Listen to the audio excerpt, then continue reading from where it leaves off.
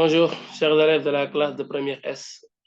Ici, on va essayer de commencer la correction de la série P5 portant sur champ et force électrostatique. Alors, l'exercice 1 de la série dit de charge ponctuelle Q égale à 40 nanocoulombs et Q' égale à 30 nanocoulombs sont placés respectivement à A et B, tel que AB égale 10 cm. Voici la figure. Les charges sont là et les points sont là. Donnez les caractéristiques du vecteur champ électrostatique résultant. Petit a, en un point O, situé à mi-distance de ces deux charges. Puis en un point P, situé à la droite de AB du côté de B, tel que OP égale 15. En un point N, situé sur la médiatrice du segment AB, tel que ON égale 5 cm. En un point M, situé à 8 cm de la charge Q et à 6 cm de la charge Q'. En fin de compte, trouver un point de la droite AB où le champ électrique est nul. Résultant est nul. C'est ça l'exercice numéro 1. Alors, premièrement, les caractéristiques du vecteur E. Les caractéristiques de E.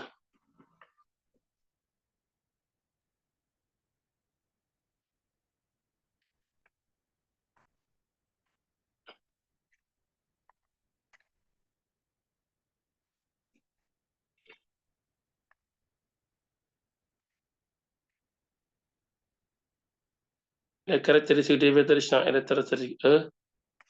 Petit a, en O, milieu de AB.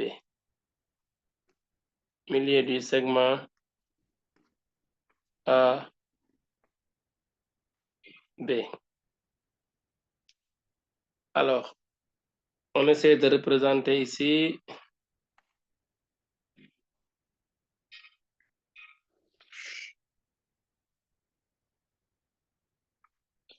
on essaie de reproduire la figure là.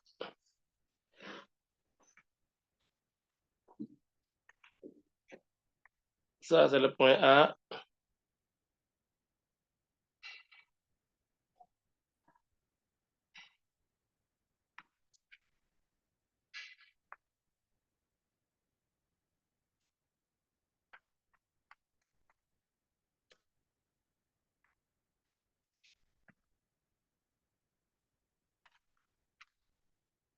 A est là, B est là. Ici, nous avons une charge Q positive. Là, la charge Q' aussi, elle est positive. Il demande de dessiner le champ en O. O, c'est le milieu du segment AB.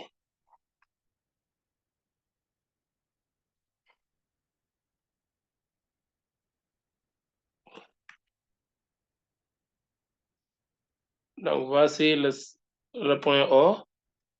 La charge Q positive, il crée un champ qui fuit la charge. Autrement dit, un champ centrifuge. Donc, le champ E, créé par la charge qui est en A, en O est là. On met E, A, au point O. On veut aussi écrire seulement EA pour simplifier. Le champ créé par la charge en B aussi est un champ centrifuge parce que la charge elle est positive. Donc, le vecteur se déplace dans le sens opposé à la charge. Autrement dit, le vecteur fuit la charge. La charge est là, donc le champ se fait comme ça. E créé par la charge en B ou au point O. On peut aussi écrire EB seulement pour simplifier. Voilà en représentation les deux champs créés par les deux charges au point O. Donc, le champ résultant, E en O, d'après le principe de superposition des champs, qui nous dit, en un point de l'espace, s'il y a plusieurs champs, alors le champ résultant est la somme des champs créés en ce point. Donc, E en O égale EA, on peut simplifier pour écrire seulement EA, plus EB. Voilà le champ résultant en ce point. Or, Moi, on me demande de donner les caractéristiques, c'est-à-dire le point d'application, la direction, le sens et l'intensité. Application, c'est le point O. Direction, sens. Direction, c'est la droite AB. Sens, on va regarder l'intensité le plus élevée. C'est cette intensité-là qui impose le sens de la force. Et la norme, on a ici or E, A et EB, les deux champs sont collinaires et de sens contraires. Ils ont collinaires et de sens contraires. Dans ce cas, le champ E, O, est égal à la somme des deux, est égal à la différence, à la valeur absolue de la différence. C'est EA moins EB.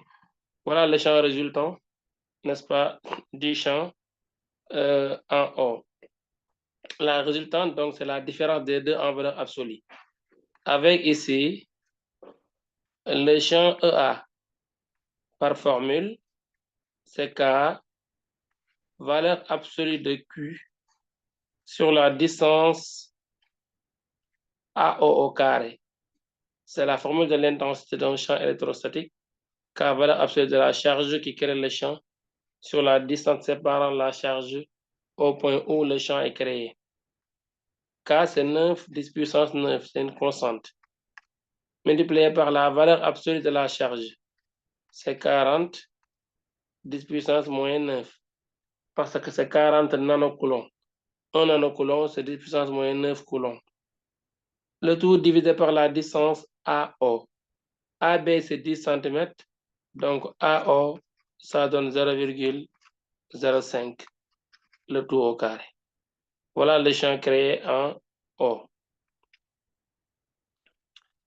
Maintenant, d'après calcul, on trouve 144 000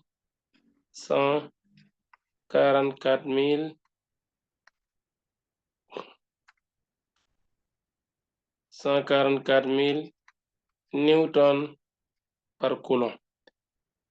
C'est ça le champ créé en A. Le champ créé en B, c'est K, valeur absolue de Q' sur la distance BO au carré. Alors, K, c'est 9, 10 puissance 9, multiplié par valeur absolue de la charge. Ici, c'est 30 nanocoulombs. Donc, ça donne 30, 10 puissance moins 9. Le tout sur la même distance, 0,05, c'est 5 cm au carré.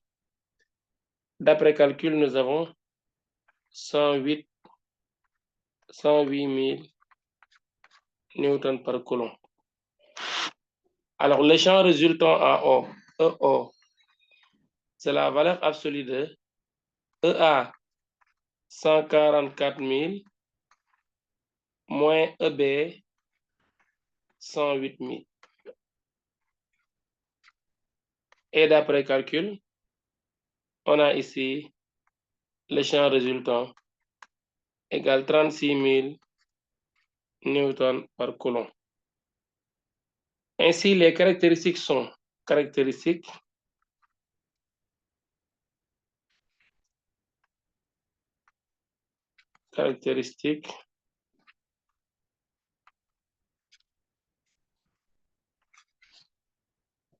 Le point d'application, c'est le point A. Point d'application.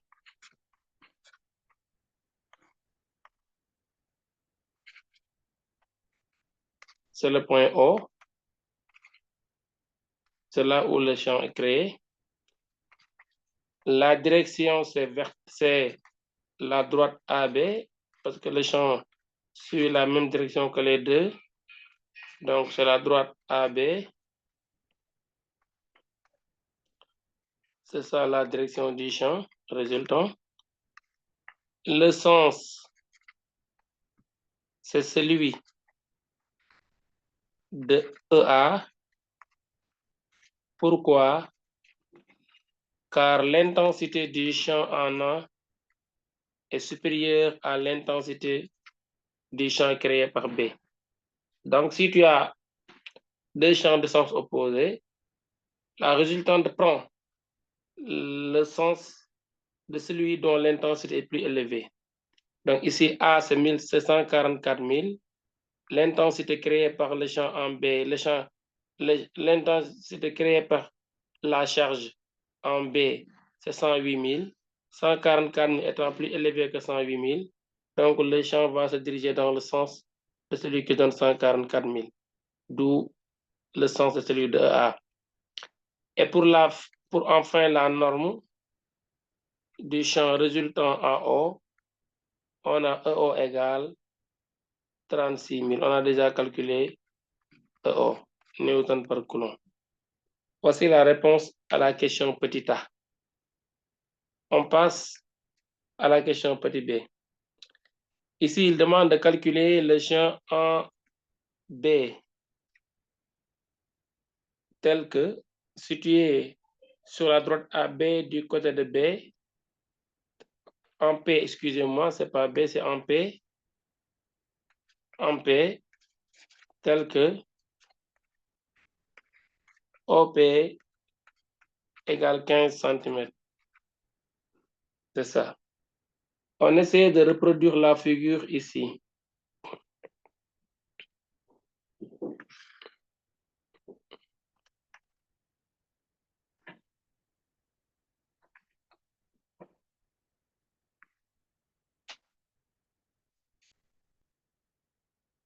C'est ça la figure.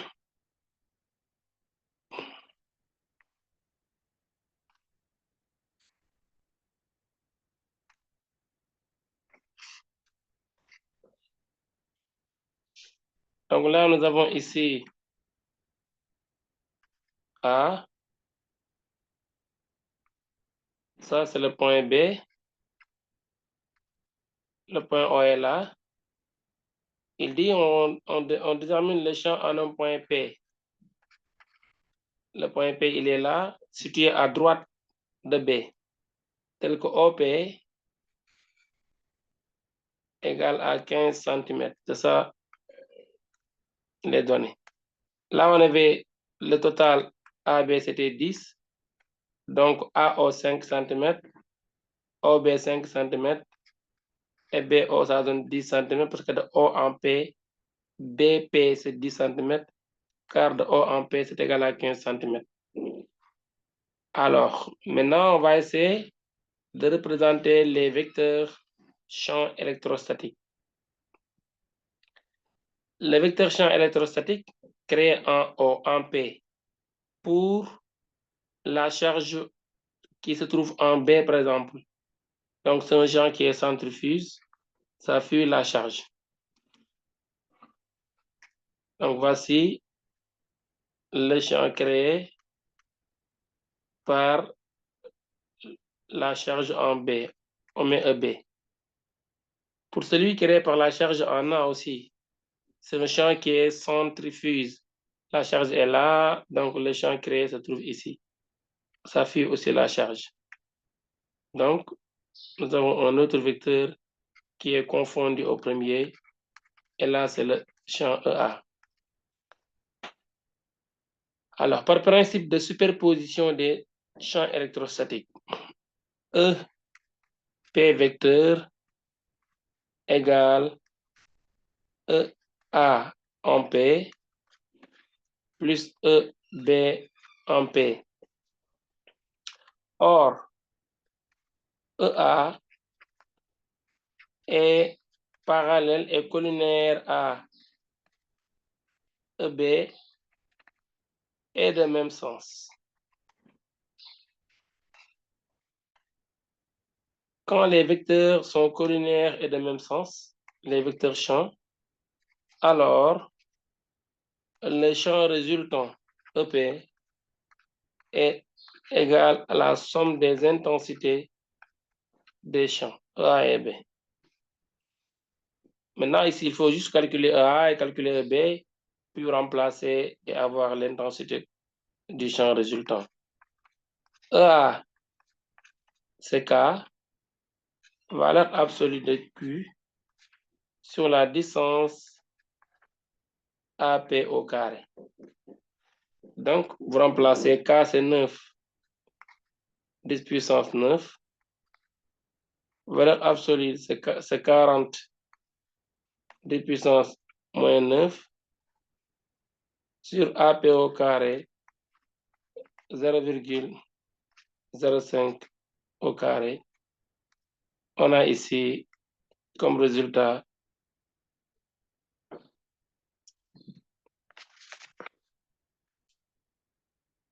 80, on a comme résultat 9000. C'est bien 9000.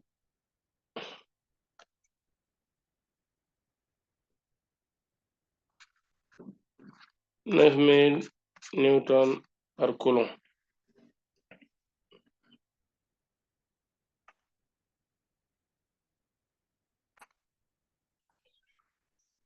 Voilà, on avait déjà le champ EA.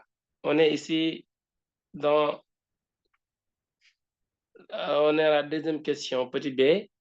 On a déjà déterminé le champ EA. Donc, on va déterminer le champ EB. Le champ EB égale K, valeur absolue de la charge en BQ' sur la distance BP au carré. Donc, on remplace. La distance BP au carré, c'est 9. Désolé. La constante, c'est 9, 10 puissance 9. Multiplié par 30, 10 puissance moins 9. Sur la distance BP, c'est 10 cm. Donc, ça donne 0,1 au carré. Et résultat, ça donne 27 000. Newton par coulomb. Ainsi, le champ E en P, c'est la somme des deux champs, car les deux sont parallèles et de même sens. EA, c'est 9000, et B, c'est 27 000. Résultat, ça donne 36 000 newtons par coulomb. Voilà le champ E créé en B. Alors, caractéristique du champ résultant en P, caractéristique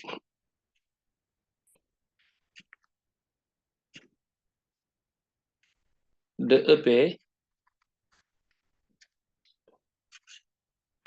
le point d'application,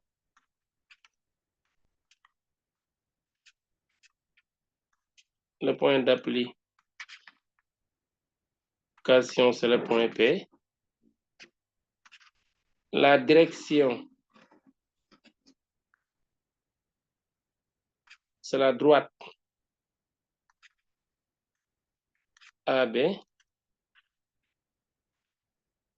Le sens, c'est celui de EA et EB. Pourquoi? Parce que les deux sont collinaires et de même sens. Donc, la résultante va prendre le sens des deux. Et pour la norme du champ résultant, on a ici EP égale 36 000. EP égale 36 000 newtons par coulomb. Ensuite, on passe à la question petit c. Petit c, il dit de trouver le champ résultant en un point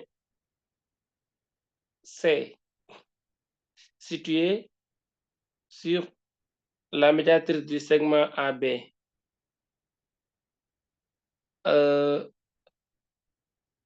En un point N, oui, N, situé sur la médiatrice du segment AB tel qu'au N égale 5 cm. En N, situé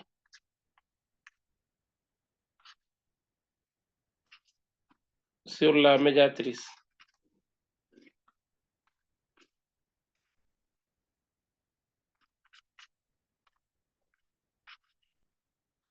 Sur la médiatrice de AB.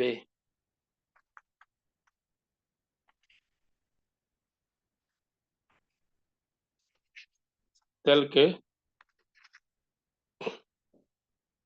ON égale 5 cm.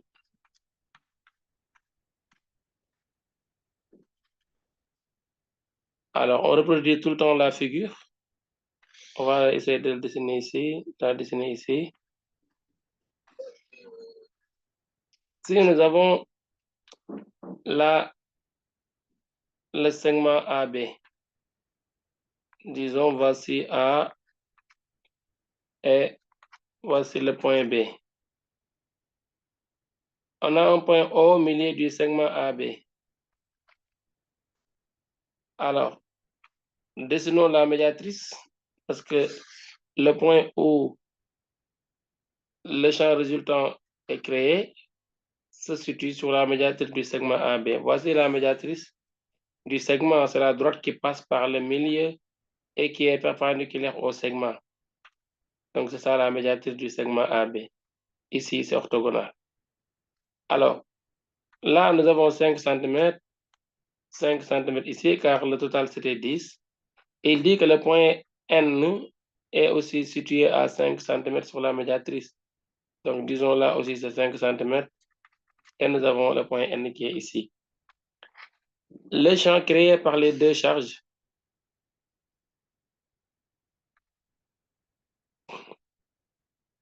là, c'est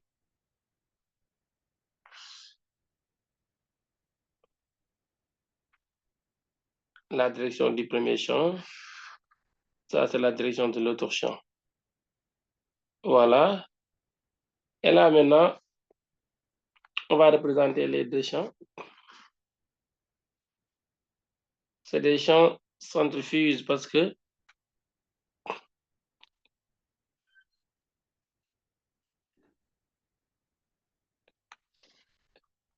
les charges sont positives, donc le champ est centrifuge. L'autre champ créé est là. Donc ça, c'est le champ créé par la charge qui se trouve en B, Q'. Et là, c'est la charge Q. Donc EB est là. Et ici, c'est le champ créé par EA. Par A. EA est là. Maintenant, pour avoir le champ résultant, vu que les deux champs ici ne sont pas parallèles, il y a deux possibilités. On peut faire la projection sur les axes. On va commencer par cette méthode-là d'abord, vous expliquer comment ça se passe.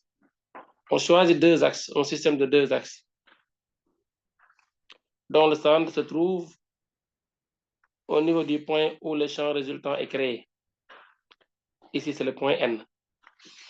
L'axe des X est là. Et l'autre, maintenant, c'est l'axe des Y. L'axe des Y est là.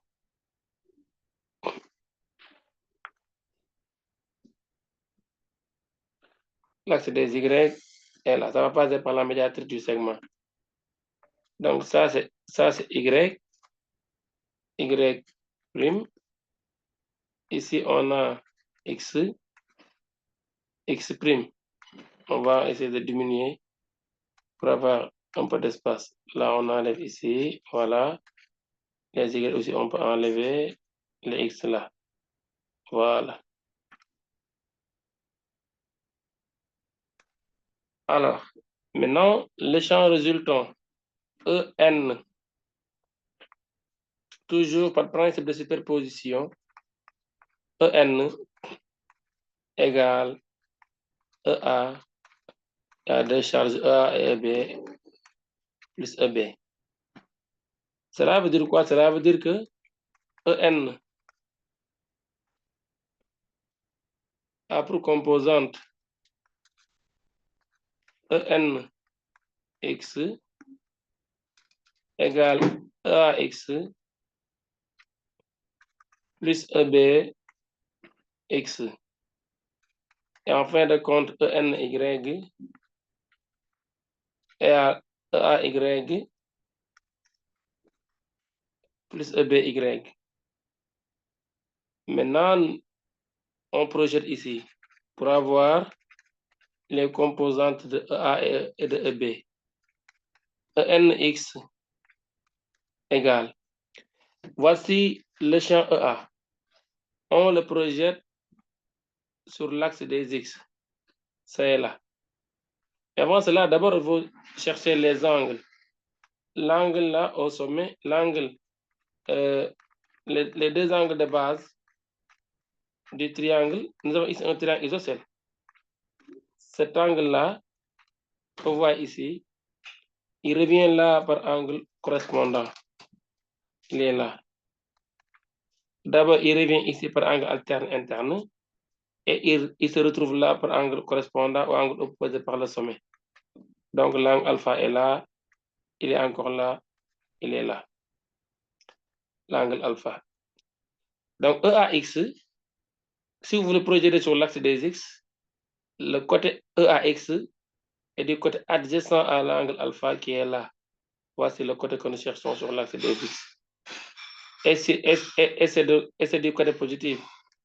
Ça donne EA cosinus alpha. Alors, pour Y, pour EBX, là on a EAX plus EBX. Là, on fait la même chose. Le EB il est là, l'angle alpha là, c'est le même angle parce que c'est un triangle isocèle.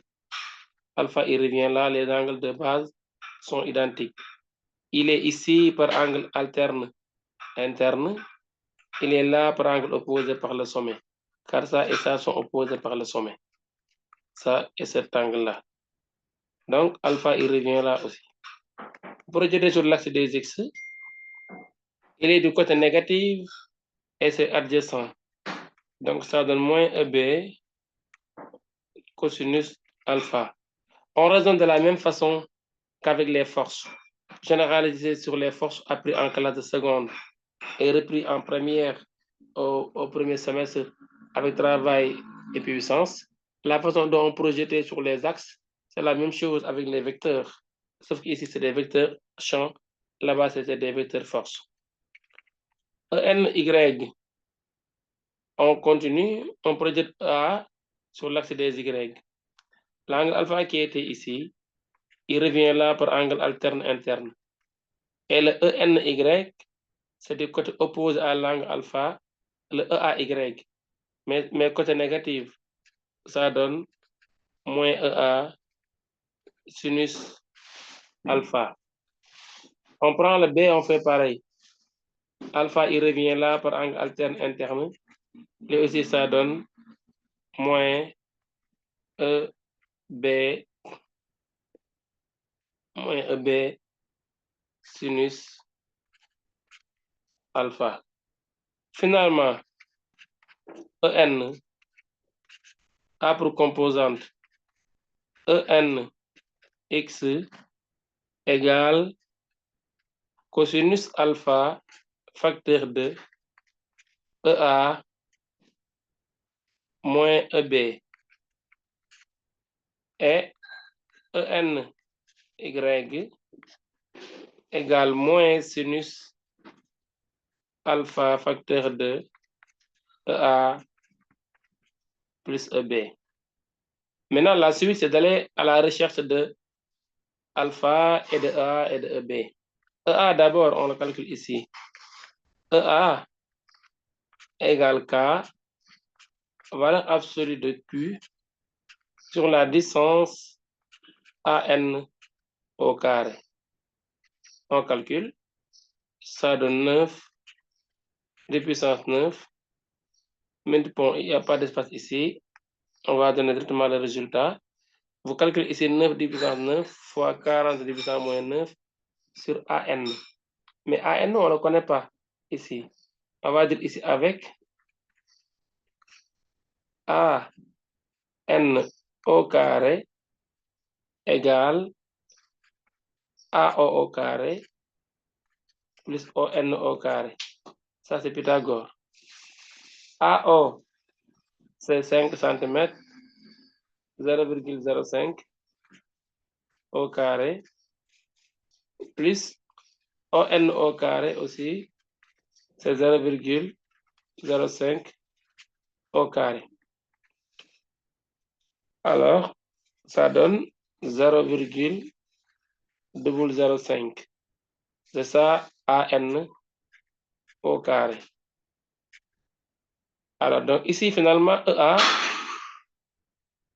EA égale K, c'est 9, 10 puissance 9, multiplié par 40, 10 puissance moins 9, divisé par 0,005. C'est déjà au carré. Donc, on a ici finalement EA égale à 72 000. 72 000 newtons par coulomb. De la même façon, EB égale K, valeur absolue de Q' sur Bn au carré. Voici Bn. AN, c'était ça. Donc, Bn, c'est la même chose que BA parce que tout point situé sur la médiatrice d'un segment est équidistant aux extrémités de ce segment.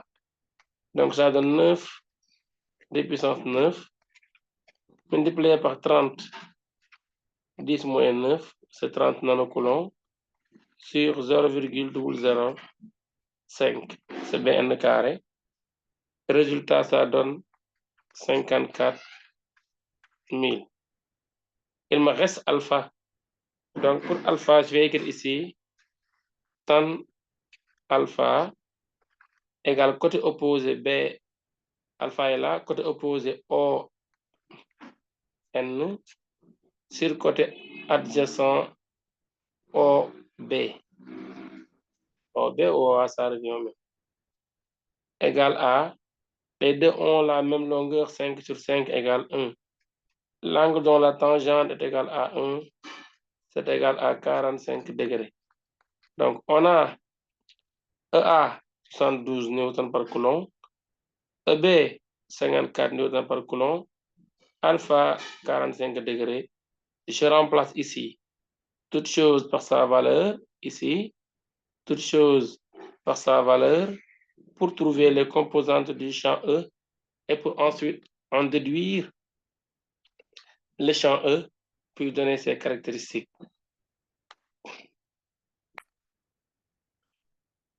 Alors, maintenant, nous avons ici EN, le champ résultant, a pour composante ENX égale cosinus 45 degrés, facteur de EA, c'est 72 000, moins 54 000. Voilà ENX. Et pour ENY égale sinus de 45 degrés, facteur de 72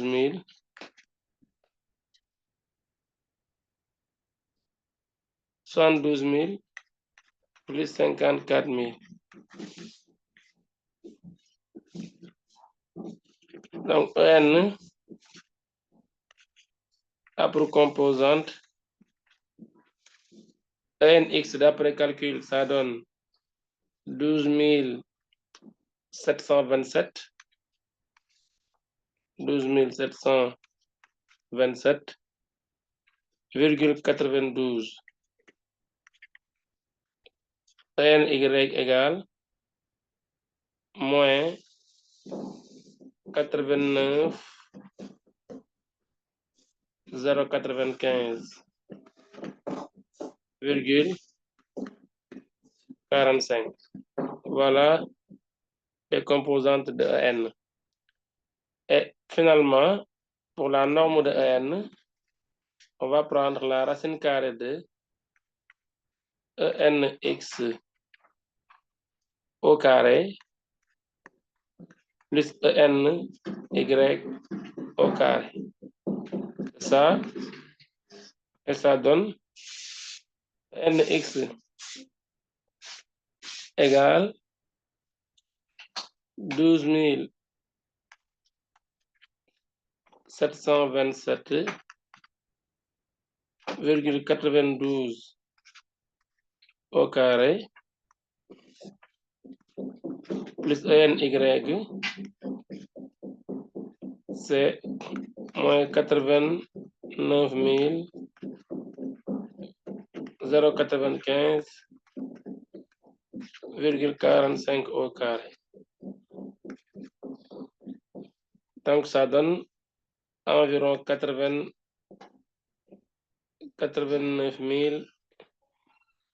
999,99 qui est sensiblement égal à 90 000 newtons par coulomb. Voilà l'intensité du champ résultant. Donc ici, pour les caractéristiques du champ résultant,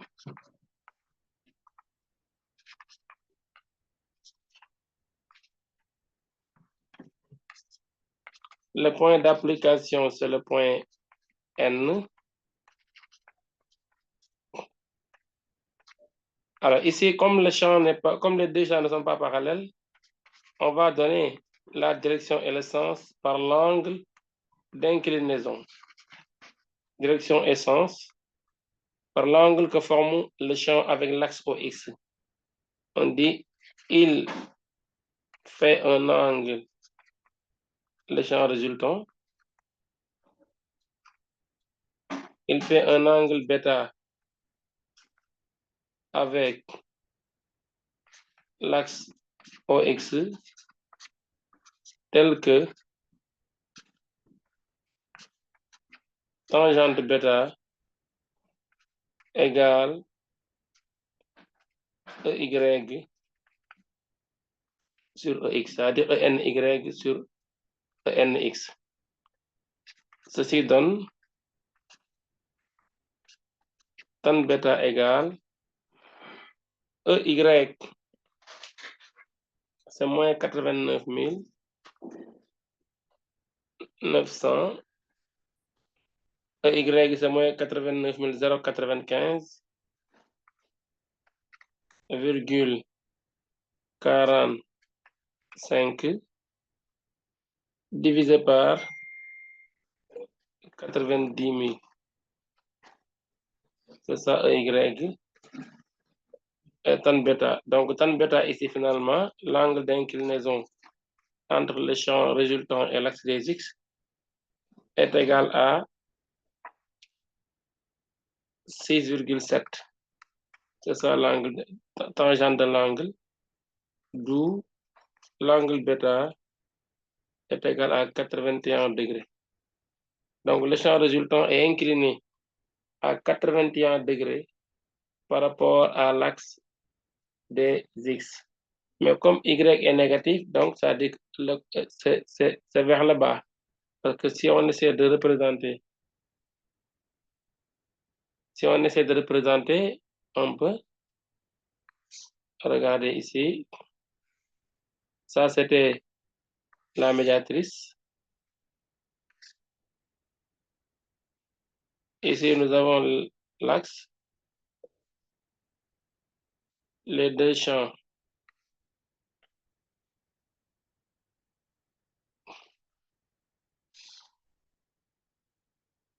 On va essayer d'esquisser un peu pour voir. Alors, donc le champ E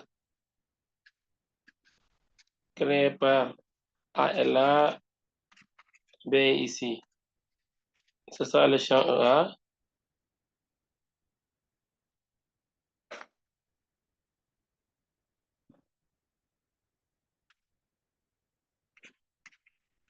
Voilà le champ EB. Donc la résultante, c'est le quatrième point du parallélogramme. Si vous regardez ici,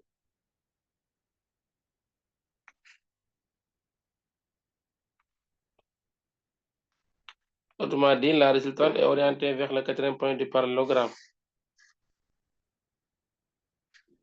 On est là.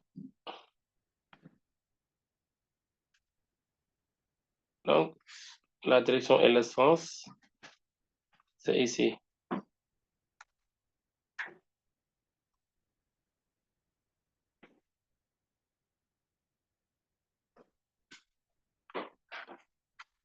Voilà le champ résultant.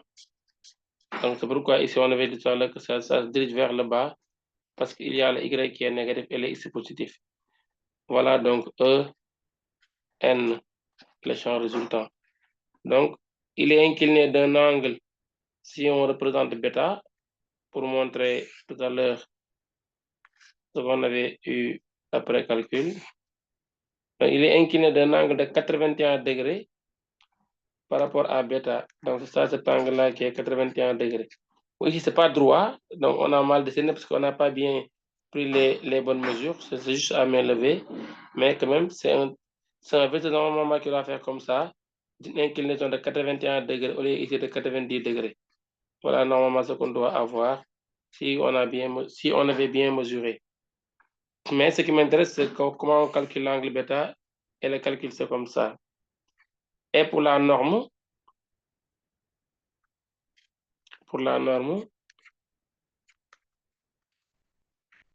on va dire ici que En égale 90 000 newtons par coulomb. Il y a une autre façon de calculer, autre méthode, pour trouver la norme. Au lieu de passer par la projection, on veut dire que ici, En, c'est la racine carrée de EA au carré plus EB au carré plus 2 fois EA fois EB fois cosinus de l'angle formé entre EA et EB. Voilà une autre façon de trouver la norme. Mais cette façon-là, ça donne seulement la norme. Elle ne peut pas donner les caractéristiques, donc autrement dit l'angle formé. Même si on l'appliquait, après on allait revenir pour projeter, avoir X et Y. C'est pourquoi on a fait ça une pierre deux coups. Mais s'il demande seulement la norme, sans caractéristique, on peut appliquer cette méthode-là pour avoir la norme, c'est plus facile. EA au carré, on avait EA 72 000. L'angle entre A et B, c'est 80. L'angle entre A et B, c'est égal à 90 000, parce que là, c'est un triangle rectangle isocèle. Ça et ça sont identiques. Donc, l'angle, c'est égal à 90 degrés. Autant pour moi. Donc, quand c'est le rectangle isocèle, ici, donc les deux là, les angles de base sont 45 degrés. Ici, 45 degrés. Là, c'est 90 degrés. Là aussi, c'est 45 degrés. Là aussi 45 degrés.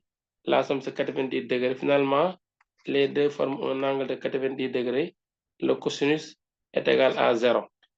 Ça va rester ici directement racine carrée de 72 000 au carré plus 54 000. 54 000 au carré. Et maintenant, au total, on a ici, d'après calcul, 90 000 newtons par coulomb.